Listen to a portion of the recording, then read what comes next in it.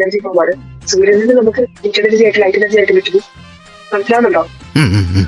എന്താ ഷൈട്ടോ പറഞ്ഞേ? ഒന്നും മനസ്സിലായില്ല, പക്ഷെ കാണിക്കണ്ട. ആ ലൈറ്റ് എനർജി നമ്മുടെ സോളാർ സിസ്റ്റം ഉപയോഗിച്ച് നമ്മൾ ഇലക്ട്രിക്കൽ എനർജി ആയിട്ട് കൺവേർട്ട് ചെയ്യുന്നത്. ഈ ഇലക്ട്രിക്കൽ എനർജി നമ്മൾ ഇലക്ട്രിക് എനർജി ആയിട്ട് മാറ്റുന്നു. എന്നാലും അതല്ലല്ലോ, എവിടെയോ വെച്ചിട്ടുണ്ട് പരിചയമുണ്ട്. ഫോൺ സേവ് ചെയ്തിട്ടുള്ള കെമിക്കൽ എനർജി ആവും ലൈറ്റ് എനർജി ആയിട്ട് യൂസ് ചെയ്യുന്നത്. ഹീറ്റ് ആവുമ്പോൾ ഹീറ്റ് എനർജി ആവില്ല ഫോണില്. എന്റെ പൊട്ട, നീ ഇതെങ്ങനെ?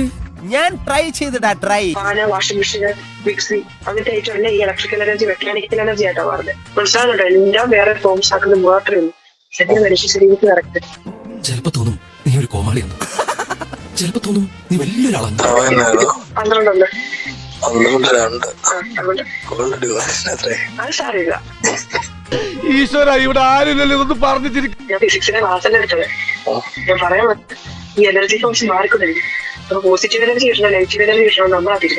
സ്കൂളിൽ പഠിക്കുമ്പോ ഡാൻസിനും പാട്ടിനും ഒക്കെ ഞാൻ മിടുക്കിയായിരുന്നു. സമൂഹ കണ്ടുവരെ ഞാൻ ഒറ്റയ്ക്ക് പഠിച്ചിട്ടുണ്ട്.